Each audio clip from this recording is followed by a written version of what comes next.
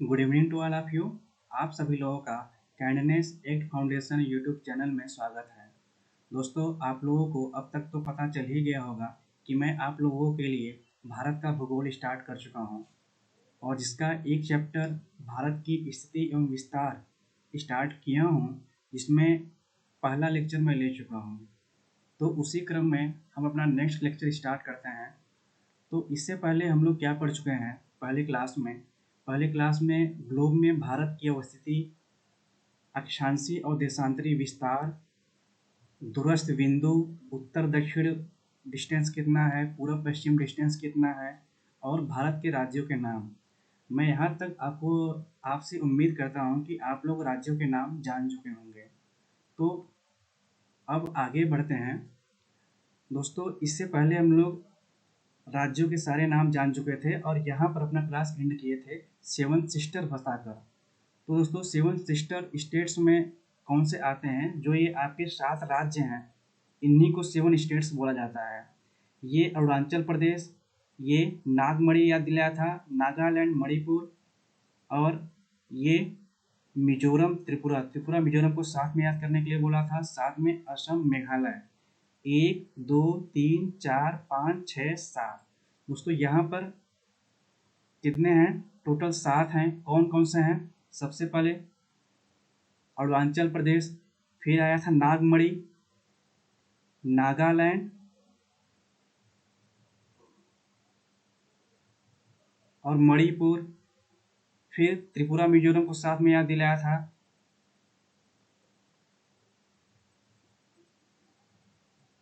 त्रिपुरा मिजोरम, ये 5 हो गए और बचा कौन सा?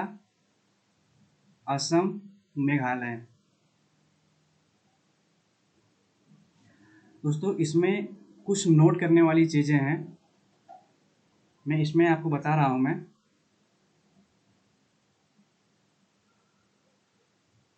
पहली चीज़ इसमें ये कि सिक्किम, ये सिक्किम यहाँ जरा देखिए मैप में, आप लोग ध्यान दीजिए। सारी चीज़ें यहाँ पर मैप से ही कंप्लीट होगी। ये सिक्किम है, जरा सिक्किम देखिए क्या ये सातों सेवन सिस्टर स्टेट्स जो हैं क्या सटा हुआ है। सबसे पहले आप लोग ध्यान दीजिए पश्चिम बंगाल को। पश्चिम बंगाल कहाँ से कहाँ तक है? पश्चिम बंगाल, ये मेरा कर्सर देखिएगा, पश्चिम बंगाल यहाँ से स्टार्ट होते हुए ये इस तरीके से है। तो यहाँ पर हम लोग देख रहे हैं सिक्किम इससे सेवन स्टेट सिस्टर में शामिल नहीं है, सेवन सिस्टर स्टेट में। तो सिक्किम के बारे में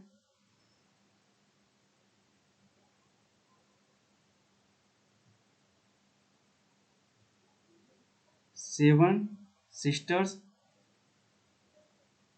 स्टेट्स में शामिल नहीं है, शामिल नहीं है। और एक क्वेश्चन अभी तक पूछा नहीं है, लेकिन ये पॉसिबिलिटी बनती है कि पूछा जा सकता है। ये पूछा जा सकता है कि कौन सा एकमात्र राज्य सेवन सिस्टर स्टेट से सीमा साझा करता है? तो इसका आंसर देखिए पश्चिम बंगाल।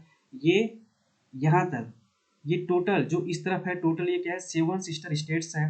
इससे कौन सा एकमात्र राज्य सीमा साझा करता है? ये पश्चिम बंगाल की सीमा। इसे भी लिख लेते हैं सेवन सिस्टर्स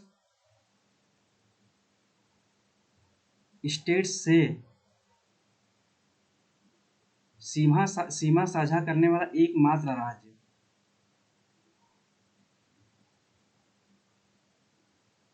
करने वाला एकमात्र राज्य। तो इसका सही आंसर क्या है? वेस्ट बंगाल, यानी पश्चिम बंगाल। और इसमें आपको ये भी बात याद रखनी है कि असम, दोस्तों ये असम को जरा देखिए, यहाँ पर आप लोग पूछा जाता है असम की सीमा कितने राज्यों से छूती है। ये असम हुआ, तो जरा यहाँ काउंट करते हैं।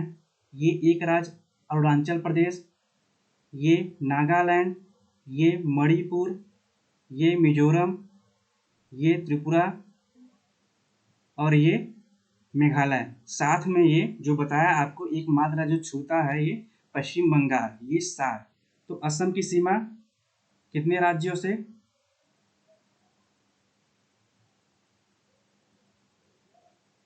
असम की सीमा 7 राज्यों से छूती है या लगती है। अब इसमें एक बात और याद रख लीजिए, जो ये आपको ये और सबसे ज़्यादा किस राज्य की सीमा राज्यों से लगती है, तो यूपी। यूपी का 9 राज्यों से सीमा लगती है। दोस्तों यूपी कहाँ पर है? यूपी ये है। यूपी टोटल कितने राज्यों से? 8 राज्यों से। 8 राज्यों से प्लस एक केंद्र शासित क्षेत्र है। तो ये कौन कौन से है? ये उत्तराखंड, ये हरियाणा, राजस्थान, एमपी, छत्तीसगढ़, और छत्तीसगढ़ हो गया, और ये झारखंड, और ये बिहार। साथ में आप लोग यहाँ ध्यान दीजिए, जो हिमाचल प्रदेश है ये भी यूपी की सीमा से साझा करता है। यहाँ ज़रा देखिए, तो यही हम लोग भूल जाते हैं। आप लोग इस पर केयर करिएगा। तो ये 8 हो गया, और साथ में एक केंद्र शासित प्रदेश है जो यहाँ दिखाई दे रहा है आपको, दिल्ली। तो बाकी सीमाएं आप लोगों को धीरे धीरे मैप समझते समझते आपको याद हो जाएगा। ये असम की सीमा और यूपी की सीमा याद करने के लायक है। तो नेक्स्ट टॉपिक पर चलते हैं दोस्तों। दोस्तों यहाँ पर आप लोगों को एक काम करना पड़ेगा, जितने भी 28 राज्य हैं उसकी राजधानियाँ आपको खुद से याद करनी पड़ेगी। मैं कुछ राजधानियों के नाम यहाँ पर आपको बता दे रहा हूँ जो कि ये इम्पॉर्टेंट है।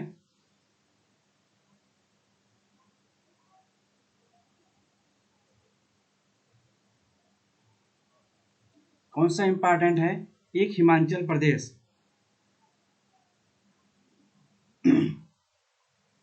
हिमाचल प्रदेश का 2 कैपिटल है, इसलिए मैं इसे बता रहा हूँ। 2 कैपिटल है, एक आपको याद होगी ही, कौन सा? शिमला, और दूसरा कैपिटल है धर्मशाला। अब दोस्तों ये किस बेस पर किया गया है? शिमला ये ऋतु के अनुसार ये चेंज किया गया है। शिमला जो है ग्रीष्मकालीन राजधानी है। मैं अभी याद करने का तरीका भी बताता हूँ इसमें। ग्रीष्मकालीन कैपिटल है, और ये धर्मशाला, धर्मशाला जो है ये शीतकालीन राजधानी है। अब दूसरा इंपॉर्टेंट कौन सा है? दूसरा उत्तराखंड। उत्तराखंड की भी 2 राजधानियां हैं। एक जो आप लोगों को याद होगा, देहरादून, और दूसरा गैरसैंण। अब जो देहरादून है दोस्तों ये शीतकालीन है, ये शीतकालीन राजधानी है, और जो गैरसैंण है ये ग्रीष्मकालीन राजधानी है। अब तीसरा एक इम्पॉर्टेंट है आंध्र प्रदेश। आंध्र प्रदेश से ही 2 जून 2014 को तेलंगाना एक नवीनतम राज्य बना था। अब आंध्र प्रदेश की टोटल राजधानियां 3 हैं। अब कौन सा एक आप जानते हैं? कौन सा जानते हैं? विशाखापट्टनम।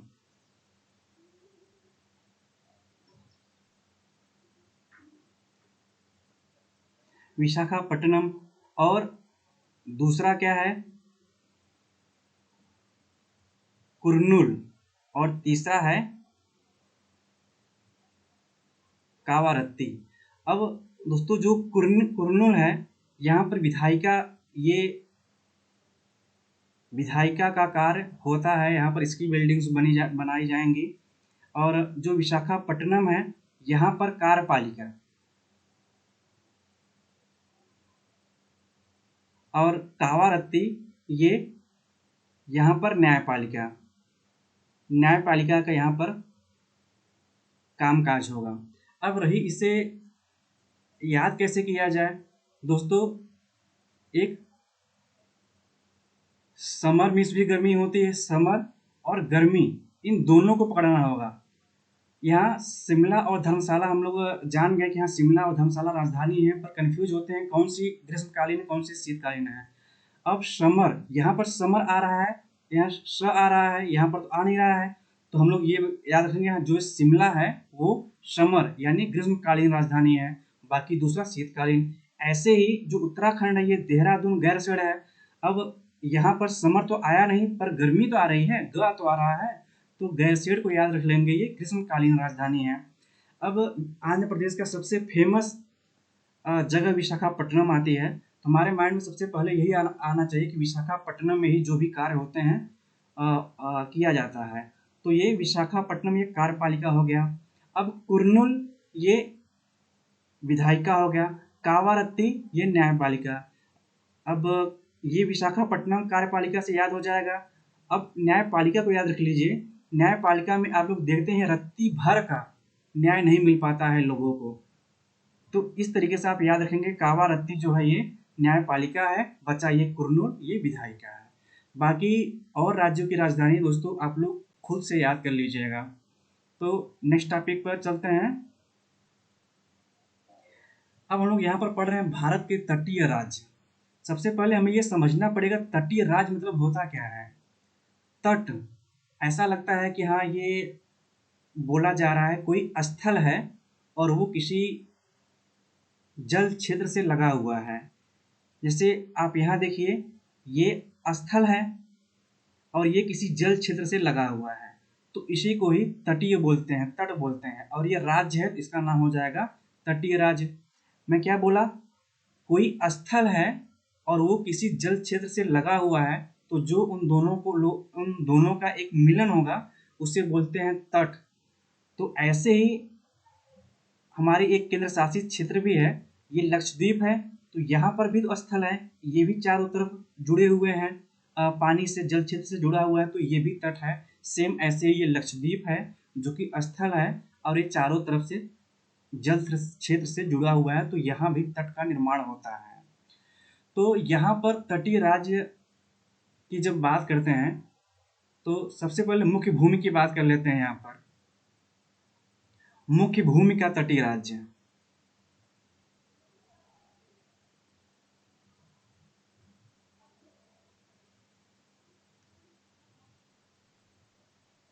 मुख्य भूमि का तटीय राज्य। अब दोस्तों अब जरा देख लेते हैं मैप में। मैप में अगर देखते हैं तो यहाँ से आपका ये अरब सागर ये दिख रहा है जो कि एक जल क्षेत्र है। तो ये जो किनारे किनारे जितने भी टोटल स्टेट्स हैं ये टोटल क्या हैं, ये तटीय राज्य हैं जो कि मुख्य भूमि का। जरा देखते हैं गुजरात सटा हुआ है, और कौन सा सटा हुआ है, यहाँ तक गुजरात कंप्लीट हो गया। ये दूसरा महाराष्ट्र जल क्षेत्र से लगा हुआ है। ये तीसरा गोवा भी लगा हुआ है जो काफ़ी छोटा सा है ये, और कर्नाटक भी लगा हुआ है, और यहाँ पर केरल भी लगा हुआ है, और ये तमिलनाडु भी देखिए जल क्षेत्र से लगा हुआ है, और यहाँ पर आंध्र प्रदेश लगा हुआ है। ये आंध्र प्रदेश है, ये इतना एरिया आंध्र प्रदेश है, आंध्र प्रदेश लगा हुआ है जल क्षेत्र से, ये 7 हो गया।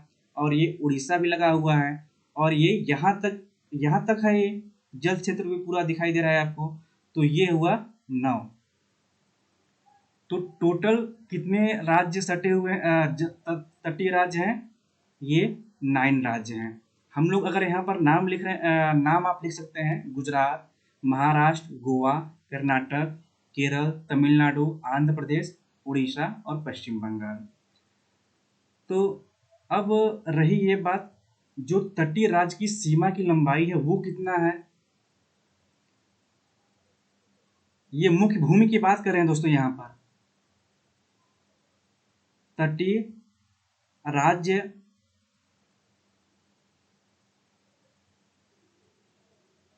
तटीय राज्य की सीमा की लंबाई। दोस्तों ये टोटल कितना है, ये 6100 किलोमीटर।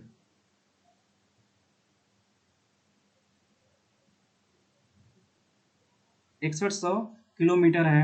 आप यहाँ नाम भी जान गए, टोटल कितने राज्य होते हैं, 9 राज्य होते हैं और टोटल 6100 किलोमीटर होता है। और दोस्तों मैंने आपको ये भी बताया, ये तो हुआ मुख्य भूमि का तटीय हो गया। अब यहाँ पर अगर तट की बात करते हैं, टोटल भारत की बात करते हैं, यहाँ पर ये लक्षद्वीप और अंडमान निकोबार की बात करते हैं, तो लक्षद्वीप प्लस अंडमान और निकोबार, इन दोनों को मिलाकर जो तट की लंबाई हो जाएगी, एक मिनट दोस्तों, चार्जर लगा दें।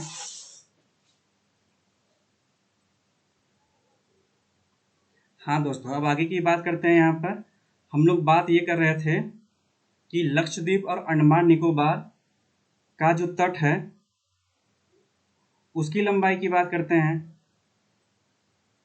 तट की लंबाई। तो ये जो टोटल है, ये टोटल ये तट हो गए और ये तट, ये टोटल है 1417 किलोमीटर के करीब। अब अगर पूछा जाए आपसे टोटल भारत की तटीय सीमा की लंबाई कितना है, भारत की टोटल तट की लंबाई, तो यहाँ पर क्या क्या क्या शामिल होगा, ये मुख्य भूमि का तटीय राज्य शामिल होगा जो कि 6100 किलोमीटर है, प्लस ये भी तट शामिल होंगे, कितना है 1417। तो ये बराबर कितना हो जाएगा, ये 7517 किलोमीटर के करीब हो जाएगा, 7517 किलोमीटर हो जाएगा। तो दोस्तों आप लोग यहाँ पर आप लोग क्लियर हुआ कि नहीं, मुख्य भूमि का तटीय राज्य, ये सब चीज़ें हैं, ये कितना है, ये 6100 किलोमीटर। बाकी ये जो लक्षद्वीप और अंडमान निकोबार द्वीप था उसका 1417 किलोमीटर। अगर टोटल भारत की पूछा जाए तो 6100 किलोमीटर प्लस 1417 किलोमीटर बराबर ये कितना हुआ, 7517 किलोमीटर। तो इसी में कुछ बात और कर लेते हैं कि सबसे बड़ी तटीय सीमा किसका है, ये गुजरात का है। सबसे बड़ी तटीय सीमा गुजरात, यहाँ पर लिख देता हूं मैं,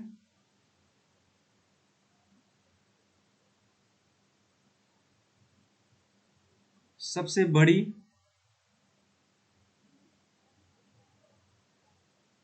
तटीय सीमा वाला राज्य कौन सा है, गुजरात। और ये कितना है, ये 6100 आपको याद किए हैं, इसका इसी से आप याद रख लीजिए 1600 किलोमीटर। और सबसे छोटी की अगर आप बात करते हैं दोस्तों, अगर यहाँ पर सबसे छोटी की बात करते हैं, सबसे छोटी तटीय सीमा बनाने वाली ये गोवा है और ये लगभग कितना किलोमीटर है, 101 किलोमीटर के करीब है।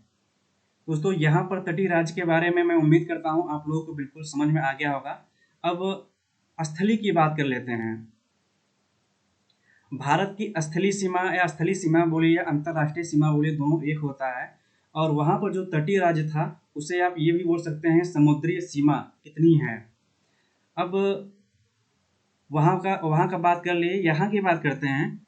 टोटल दोस्तों ये जो स्थलीय सीमा वाले राज्य हैं, ये टोटल 16 हैं, 16 हैं।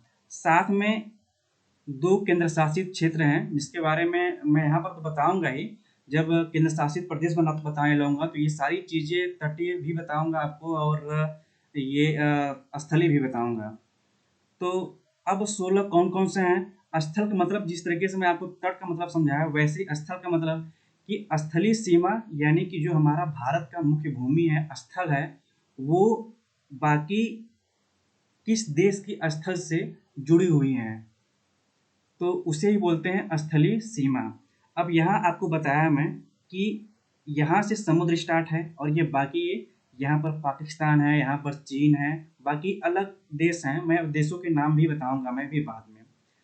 तो कौन कौन से हम लोग यहाँ पर काउंट कर लेते हैं, ये गुजरात हुआ, और ये राजस्थान हुआ, यहाँ पर पंजाब हुआ, और ये बाकी जो आप ये देख रहे हैं दोस्तों, ये दो कौन से हैं, केंद्र शासित प्रदेश हैं, ये जम्मू कश्मीर है और ये लद्दाख है। तो उसको अभी तक यहाँ जान लीजिए कि दो केंद्र शासित प्रदेश कौन सा है, लद्दाख और जम्मू कश्मीर।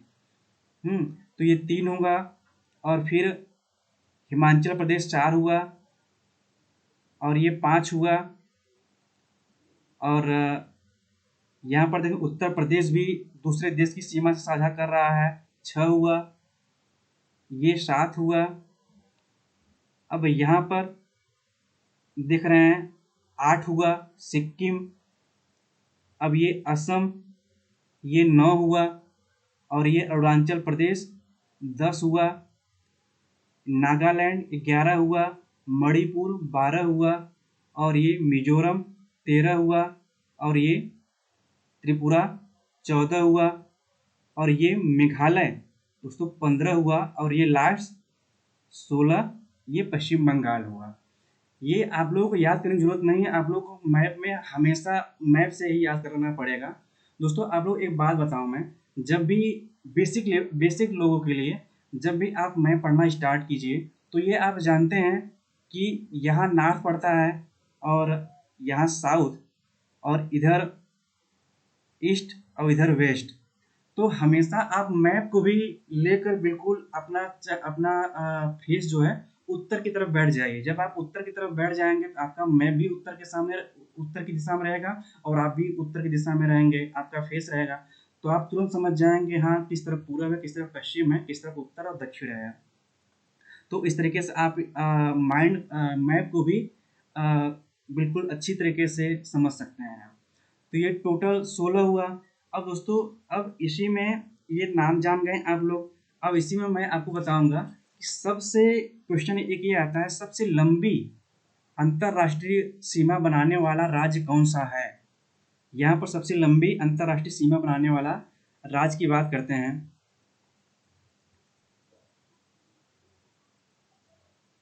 सबसे लंबी अंतरराष्ट्रीय सीमा बनाने वाला राज्य कौन सा है, सबसे लंबी अंतरराष्ट्रीय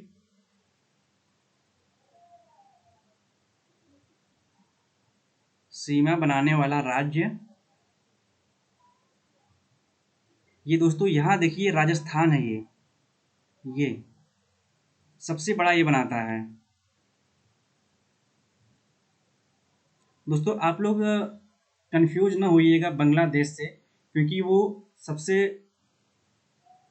बड़ी अंतरराष्ट्रीय सीमा बनाने वाला देश है वो। तो ये राजस्थान हो गया। और सबसे छोटा की बात करते हैं, यहीं पर सबसे छोटा की अगर बात करेंगे, सबसे छोटा की बात करेंगे तो यहाँ पर ये नागालैंड है। सबसे छोटा कौन सा है, नागालैंड यहाँ पर आता है। ये नागालैंड किससे टच करता है दोस्तों, ये भी देख लीजिए, नागालैंड किससे करता है। नागालैंड ये म्यांमार से अंतरराष्ट्रीय सीमा साझा करता है, और राजस्थान ये पाकिस्तान से। तो अब इसमें आप तटीय जान गए और स्थलीय जान गए, और हम लोग अब आगे बढ़ते हैं। इसमें एक टाइप से एक क्वेश्चन और आता है। तो एक क्वेश्चन ये आता है कि आप खुद ही यहाँ पर ध्यान दीजिए। जब ये ध्यान देंगे तो आपको ये लगेगा कि आपको बताया ही मैं कि इधर स्थल है, पाकिस्तान है, और यहाँ से समुद्र स्टार्ट होता है। तो एक गुजरात को ध्यान दीजिए, गुजरात, साथ में ये पश्चिम बंगाल है, उसको भी ध्यान दीजिए, पश्चिम बंगाल। आप ये देखेंगे ये तटीय सीमा भी बना रहा है और अंतरराष्ट्रीय सीमा भी बना रहा है। यहाँ यहाँ भी देखिए, ये पश्चिम बंगाल यहाँ तक क्या है, यहाँ तक आपका ये तटीय सीमा बना रहा है, और ये बाकी जो है यहाँ से आप देखिए ये बांग्लादेश से भी सीमा बना रहा है। तो ये तटीय और स्थलीय दोनों सीमा का निर्माण करते हैं। तटीय और स्थलीय सीमा दोनों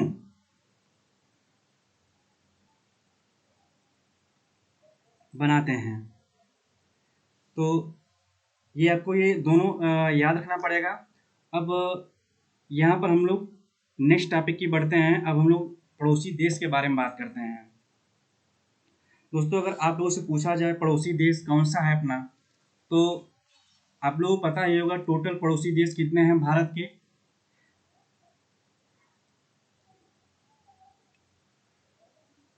टोटल 7 हैं। अब यहाँ पर देख रहे हैं मैप के माध्यम से कौन कौन सा है। ये यहाँ से लगा हुआ है पाकिस्तान, ये पाकिस्तान हो गया, एक हो गया। अब बिल्कुल यहाँ लद्दाख से दोस्तों,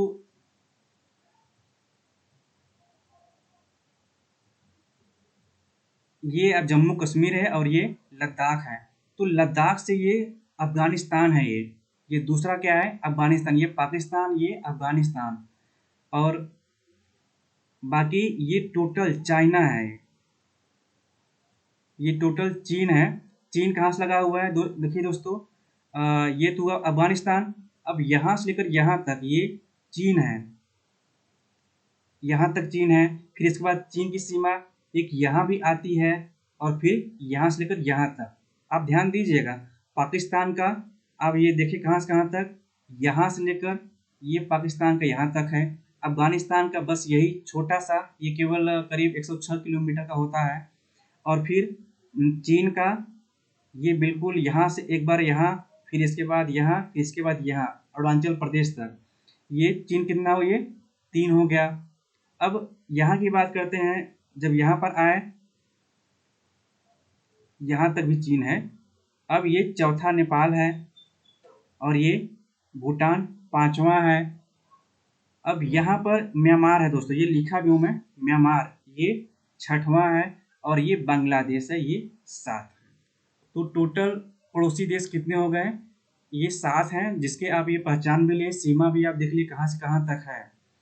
तो इसमें हम लोग क्वेश्चन इस तरीके से पूछा जाता है कि सबसे बड़ी अंतर्राष्ट्रीय सीमा को साझा करने वाला देश कौन सा है भारत से।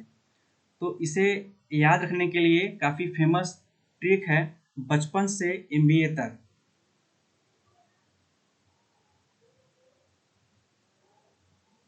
बचपन से एमबीए तक ये इस तरीके से ये जो है कि जिससे आपको घटते हुए क्रम के अनुसार आपको डिस्टेंस सीमा साझा करने वाले देश मिल जाएंगे। अब ब से ये बांग्लादेश, बांग्लादेश सबसे बड़ा सीमा साझा करता है। फिर चीन करता है, फिर पाकिस्तान, फिर आ गया आपका नेपाल, अपना नहीं है नेपाल, फिर म्यांमार। यहाँ पर से को साइलेंट कर दीजिए, ये म्यांमार हो गया, और ये भूटान हो गया। बी से आप कंफ्यूज न होइए, क्योंकि आप खुद ही, अगर आपको मैप हमेशा माइंड में है तो बांग्लादेश और भूटान में अंतर समझ में आ जाएगा। भूटान, और फिर उसके बाद अरुणाचल प्रदेश।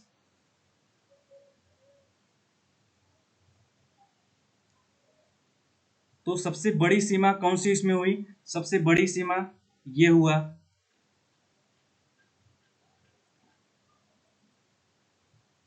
दोस्तों वहां पर क्या था, जब हम लोग पढ़ रहे थे, सबसे बड़ी अंतर्राष्ट्रीय सीमा साझा करने वाला राज्य था जो हम लोग यहाँ लगाए थे, राजस्थान। तो ये क्या है, सबसे बड़ी अंतर्राष्ट्रीय सीमा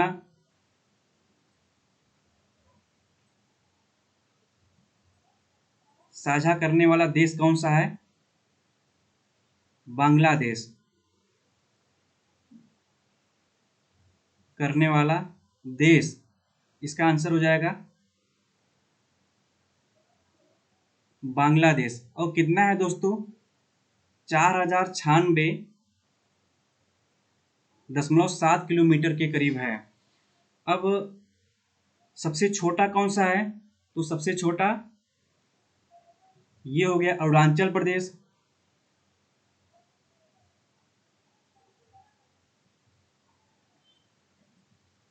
ये अरुणाचल प्रदेश हो गया। तो यहाँ पर सबसे बड़ी है, यहाँ पर सबसे छोटी। सबसे छोटी कौन सा है?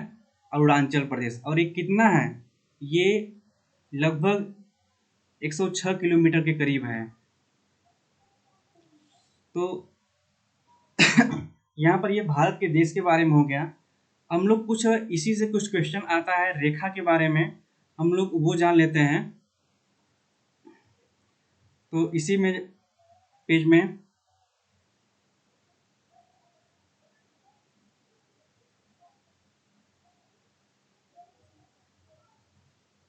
कुछ रेखा पूछा जाता है। एक दोस्तों हो गया मैकमोहन रेखा।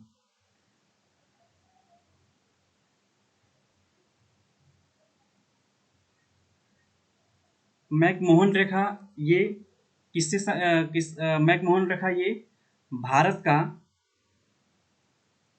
भारत और चीन के मध्य खींचा गया है। भारत और चीन के मध्य खींचा गया है। मैं आपको ये दिखाऊंगा अभी मैकमोहन रेखा कहाँ पर है। और दूसरा ये डूरंड रेखा। डूरंड रेखा ये पाकिस्तान और अफगानिस्तान के बीच में है। पाकिस्तान और अफगानिस्तान के मध्य में है। पहले यही आपको मैं क्लियर कर देता हूँ दोस्तों, इसकी रियलिटी क्या है मालूम है? ये पाकिस्तान और अफगानिस्तान ये जब हमारा अखंड भारत था तो उससे पहले ही किया गया था। ये समझाता हूँ मैं मैप से ही, आपको समझ में आ जाएगा दोनों। अभी देखिए दोस्तों यहाँ पर क्या है। पहले मैकमोहन रेखा को जानते हैं। मैकमोहन रेखा यहाँ से ये टोटल यहाँ तक, फिर यहाँ भी खींचा गया है, यहाँ ये टोटल मैकमोहन रेखा हो गया। अब डूरंड रेखा के बारे में आपको बताया कि ये पाकिस्तान और अफगानिस्तान के बीच में है। ये देखिए दोस्तों, यहाँ से खींचा गया है ये डूरंड रेखा। ये ये क्या है? ये डूरंड रेखा है दोस्तों। जो ये है डूरंड रेखा, ये जब हमारा भारत आज़ाद नहीं हुआ था तभी ये खींचा गया था। और जब भारत आज़ाद हो गया 1900 जब सॉरी मतलब भारत जब खंडित नहीं हुआ था, अखंड भारत था, तब की बात मैं कर रहा हूँ मैं। तो 1947 में भारत और पाकिस्तान बिल्कुल अलग होने के बाद एक दूसरे से, तो ये ऑटोमेटिकली ये बन जाएगा, ये पाकिस्तान और अफगानिस्तान के बीच में हो गया। तो एक रेखा और है रेड क्लिफ रेखा। तीसरा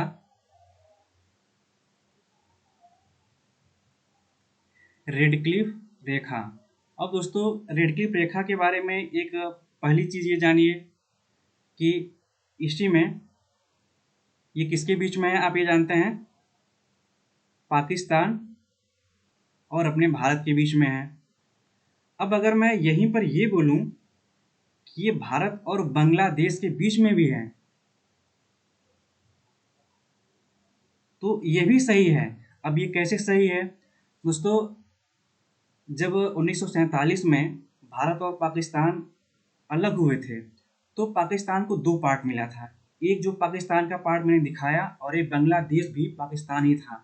पर 1971 में ये बांग्लादेश पाकिस्तान से अलग हो गया।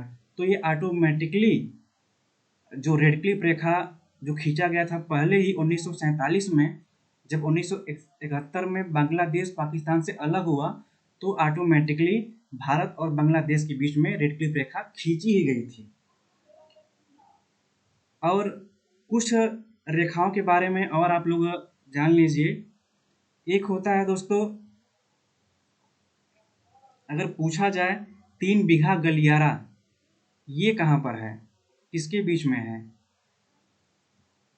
3 बीघा गलियारा, तो ये पश्चिम बंगाल और बांग्लादेश के बीच में है। जो हमारा इंडिया का राज्य है पश्चिम बंगाल और बांग्लादेश के बीच में। बांग्लादेश के बीच में खींचा गया है। और एक दोस्तों आती है जीरो रेखा। जीरो रेखा ये त्रिपुरा और बांग्लादेश के बीच में खींचा गया है। जो त्रिपुरा है वो तीनों तरफ से बांग्लादेश से घिरा हुआ है। इसके बारे में जो हम लोग नेक्स्ट क्लास पढ़ेंगे तो उसमें जान लेंगे। तो दोस्तों आज का क्लास मैं अब यहीं पर ख़त्म करना चाहता हूँ। और आप लोगों को कैसा लगा क्लास आप लोग कमेंट सेक्शन में ज़रूर बताइएगा। दोस्तों आप लोगों को अगर अच्छा लगे तो प्लीज़ इसको लाइक करिए और अपने दोस्तों में शेयर करिए और उनसे भी बोलिए कि आप लोग इनसे जुड़िए, ये काफ़ी अच्छा बता रहे हैं बिल्कुल बेसिक लेवल से। बट अगर आपको अच्छा लगे तो दोस्तों अब अपने क्लास को फिर से नेक्स्ट क्लास में स्टार्ट करेंगे। तो नमस्कार दोस्तों।